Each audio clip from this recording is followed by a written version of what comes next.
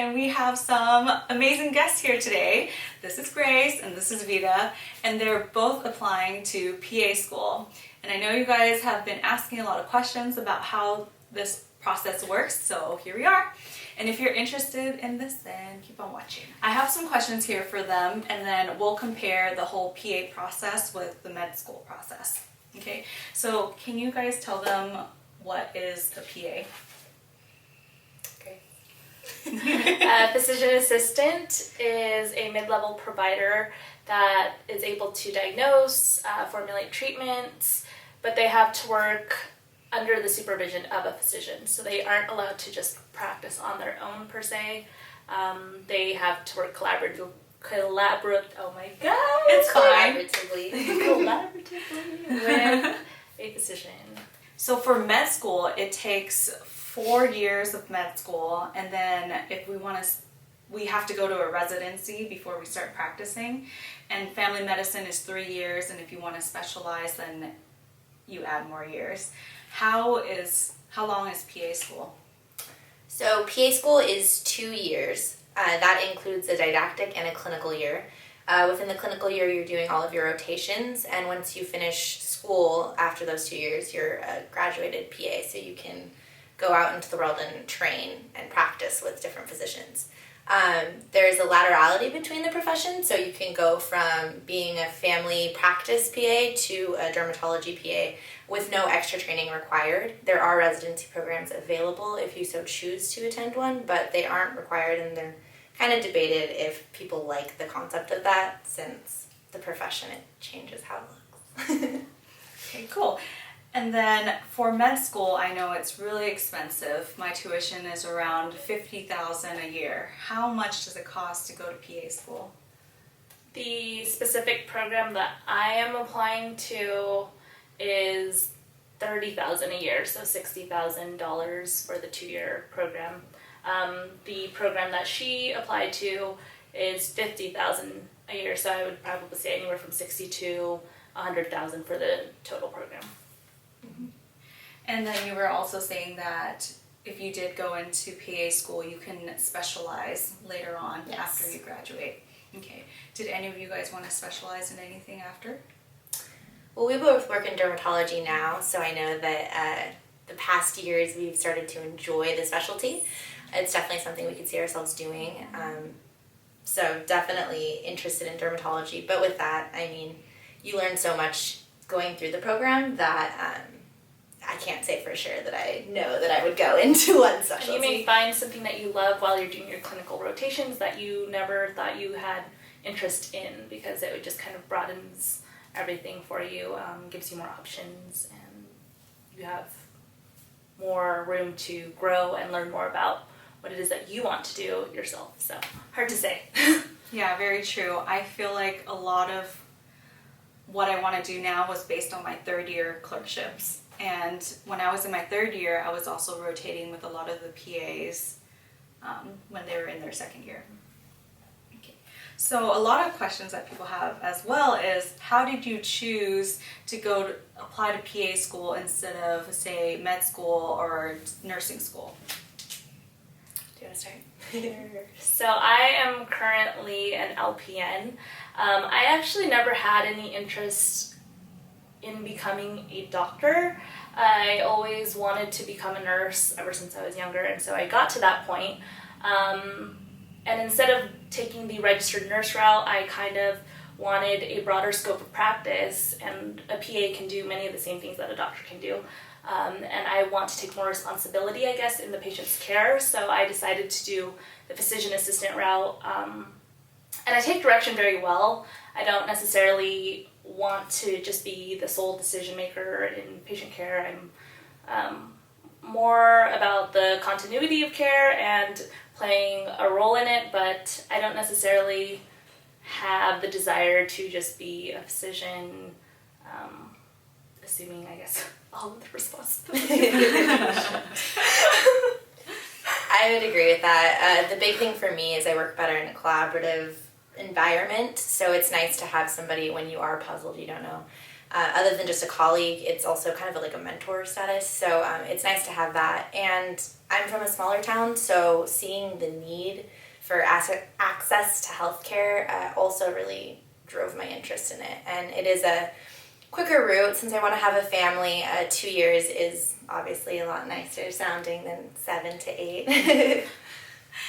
And then the reason why I chose to go into med school instead of PA school is because of the opposite things. You know, I wanted to be that person who called the shots, and I wanted to open my own practice one day. And I also love OMT, which is osteopathic manipulative treatment, and that's one of the things that DOs specialize in. And so as a PA, I wouldn't be able to learn those things.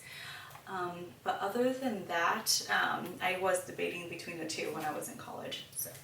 Another big thing that I would say is being able to switch specialties like we touched on. Mm-hmm. Being able to go from working in emergency medicine for 5 years and then maybe getting burnt out of that area and being able to switch to dermatology or family practice is huge. And a lot of PAs that are currently in the practice really push that on the students or the upcoming students, that that's something that's really cool about the profession. Mm-hmm.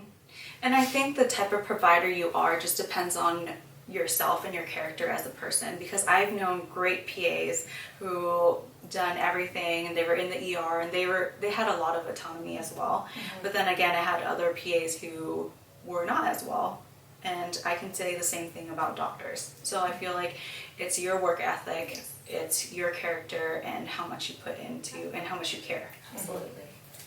Okay, so now that we talked about all that, what are the requirements to actually apply to PA school? Because I know for med school you have to take the MCAT. So PA school, they have a centralized application. It's called the CASPA.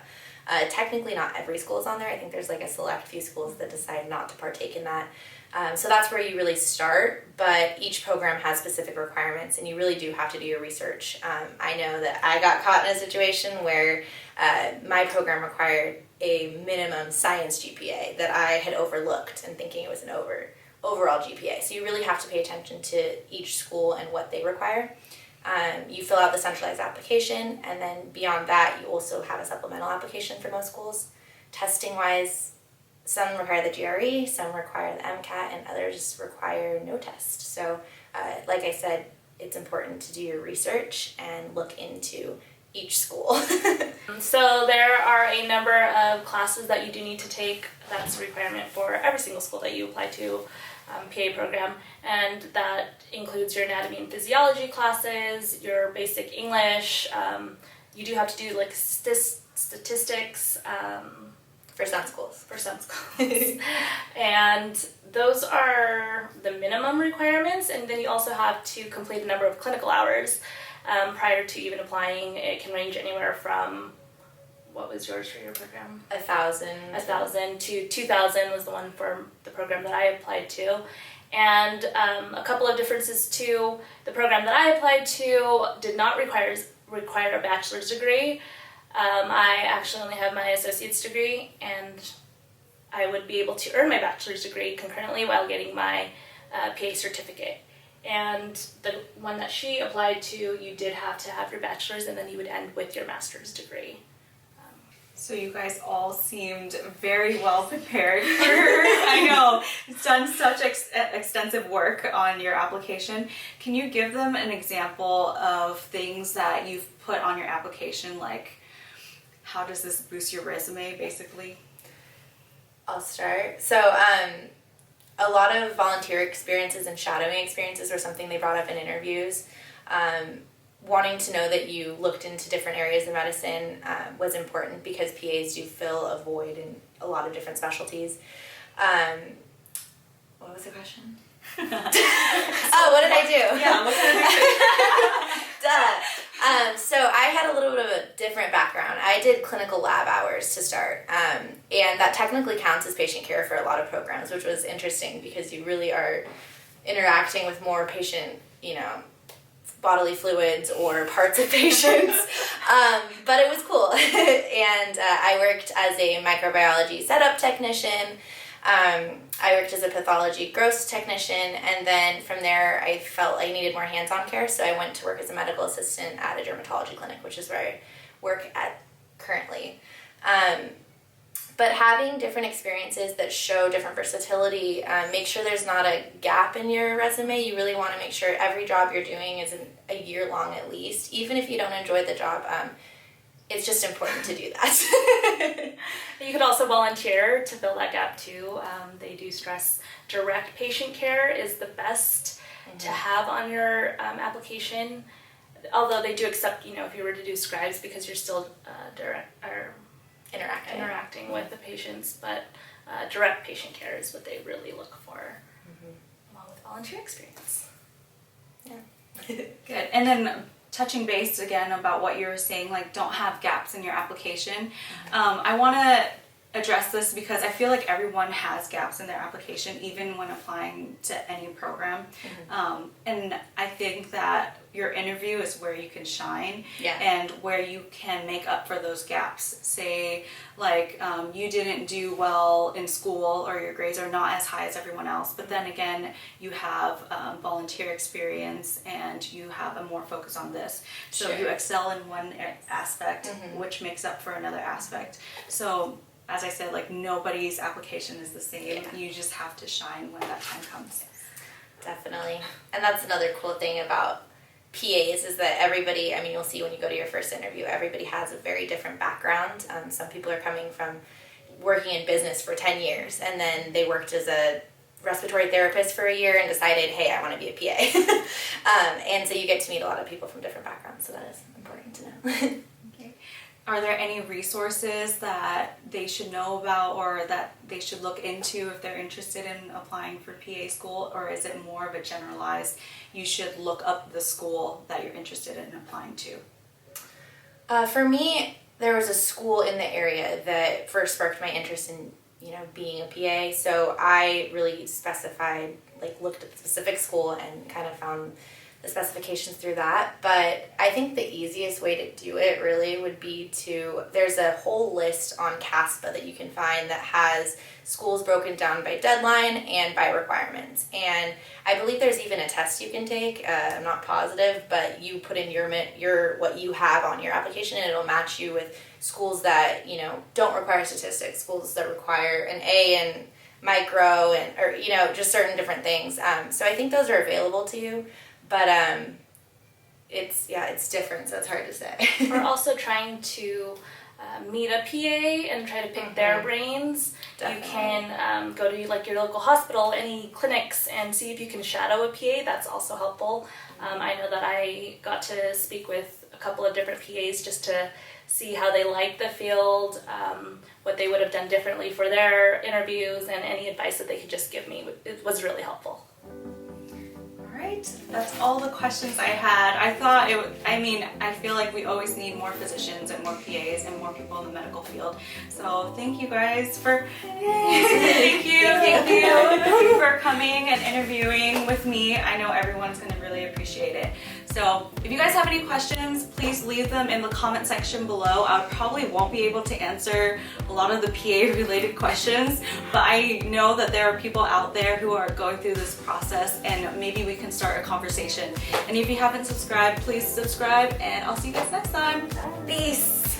Thank you. Your analysis, when you do microbiology and grossing of specimens and looking under slides. So I saw the whole aspect of the lab. And also they